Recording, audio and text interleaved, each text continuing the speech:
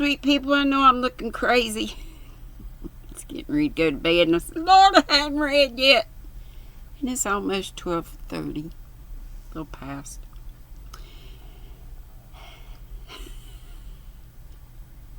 The Night Before Thanksgiving by Sarah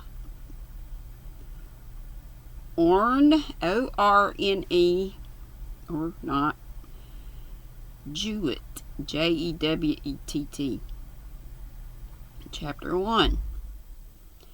There was a sad heart in the low-storied, dark little house that stood humbly by the roadside, under some tall elms. Small as her house was, old Mrs. Robb found it too large for herself alone. She only needed the kitchen and a tiny bedroom that led out of it, and there still remained the best room and a bedroom with the low garret overhead. There had been a time after she was left alone when Mrs. Robb could help those who were poorer than herself. She was strong enough not only to do a woman's work inside her house, but almost a man's work outside in her piece of garden ground.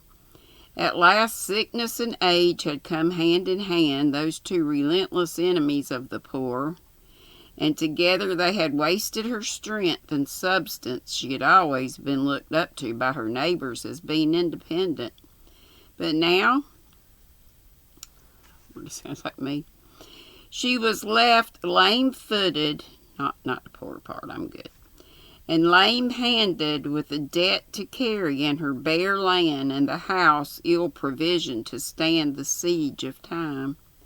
For a while she managed to get on, but at last it began to be whispered about that there was no use for anyone so proud.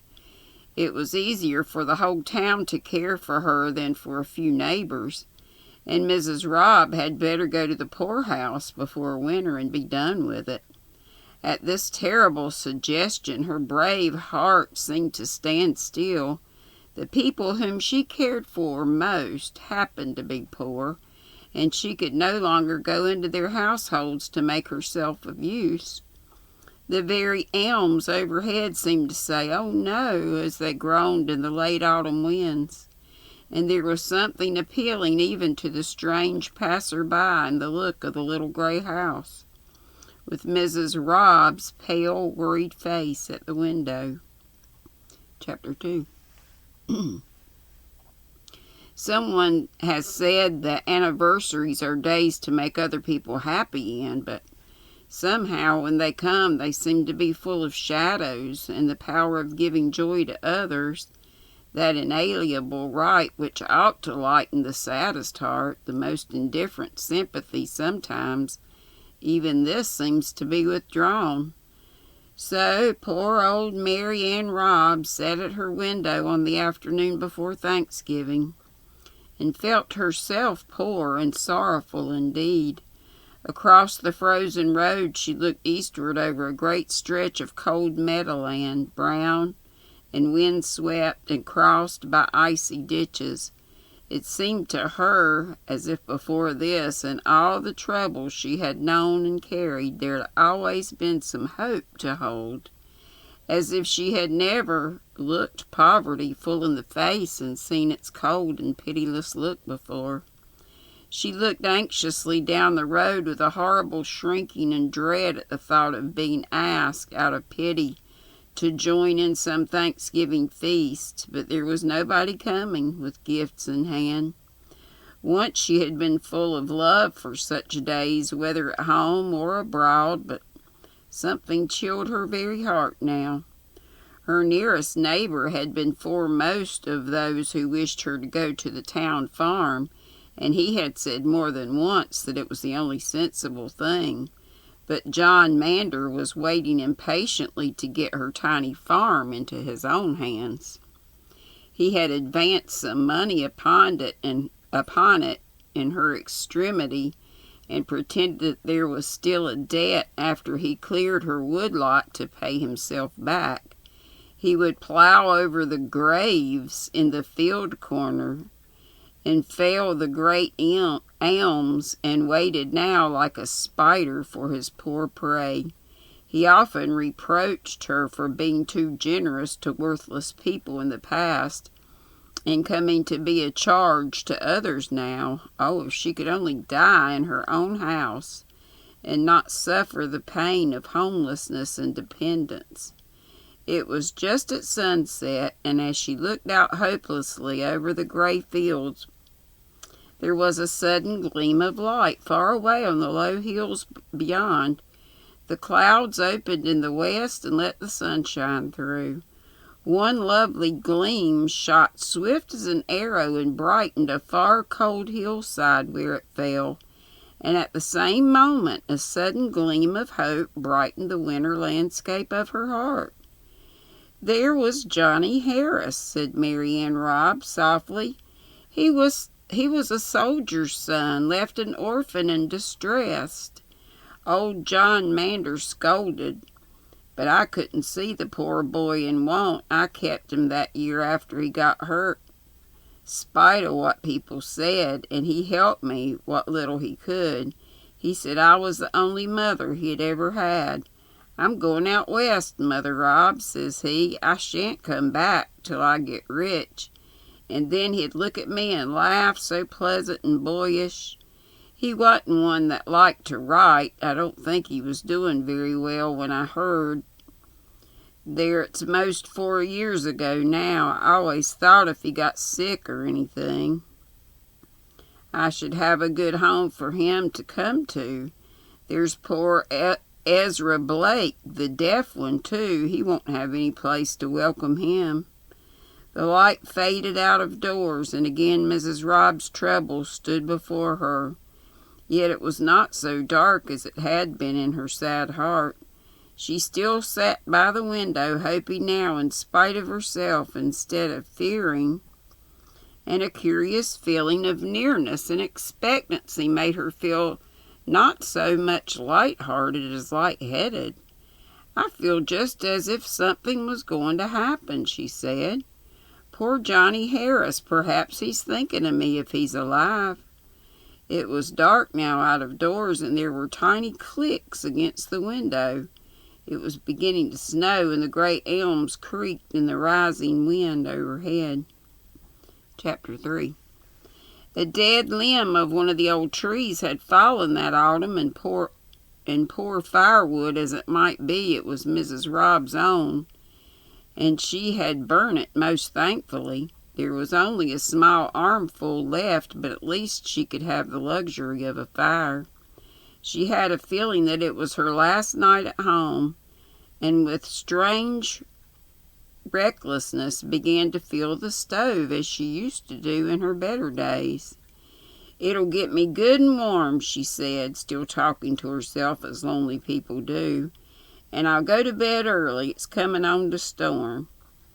The snow clicked faster and faster against the window, and she sat alone, thinking in the dark. "There's lots of folks I love," she said once. "They'd be sorry I ain't got nobody to come, and no supper the night afore Thanksgiving. I'm dreadful glad they don't know." And she drew a little nearer to the fire and laid her head back drowsily in the old rocking chair. It seemed only a moment before there was a loud knocking, and somebody lifted the latch of the door. The fire shone bright through the front of the stove and made a little light in the room, but Mary Ann Robb waked up frightened and bewildered. "Who's there?" she called as she found her crutch and went to the door. She was only conscious of her one great fear. "They've come to take me to the poorhouse," she said, and burst into tears. There was a tall man, not John Mander, who seemed to fill the narrow doorway. "Come, let me in," he said gaily. "It's a cold night. You didn't expect me, did you, Mother Robb?"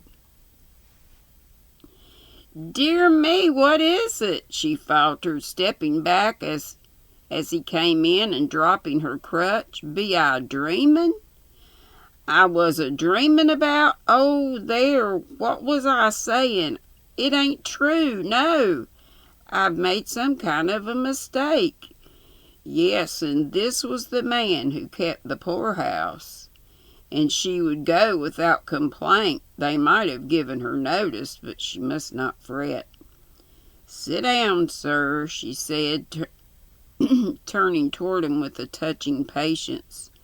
"You'll have to give me a little time. If I'd been notified, I wouldn't have kept you awaiting a minute this stormy night."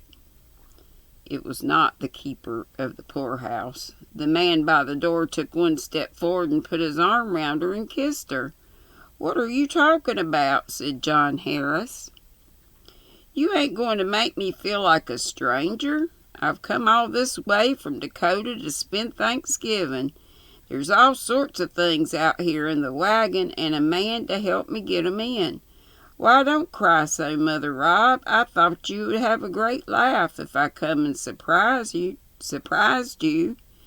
Don't you remember I always said I should come?" It was John Harris, indeed.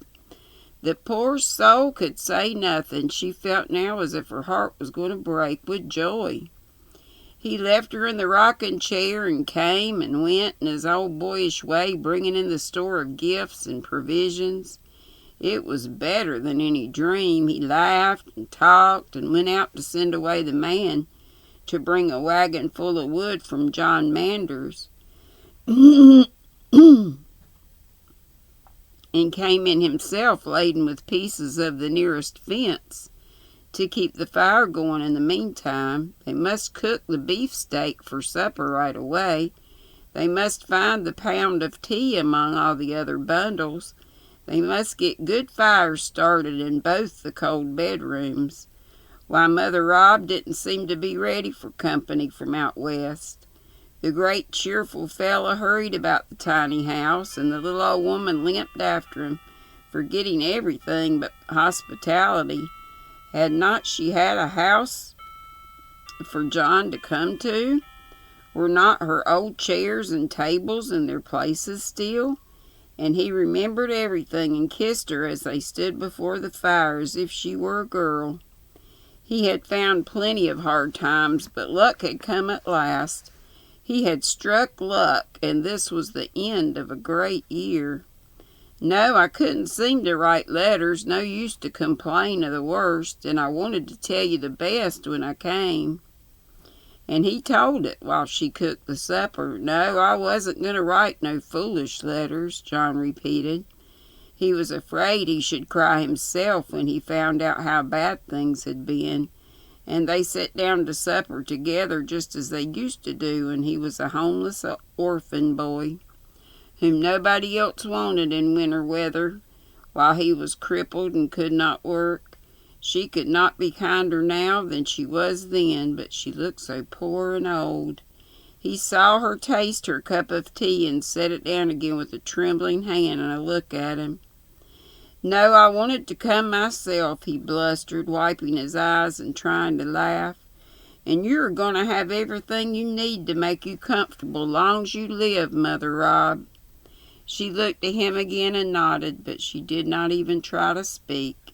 There was a good hot supper ready, and a happy guest had come. It was the night before Thanksgiving. Isn't that sweet? I'm so happy to be finding some sweet stories. Yay!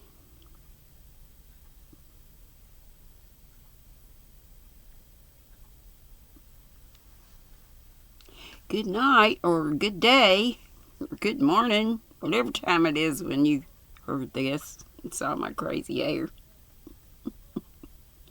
Be sweet, don't be ugly. Bye-bye.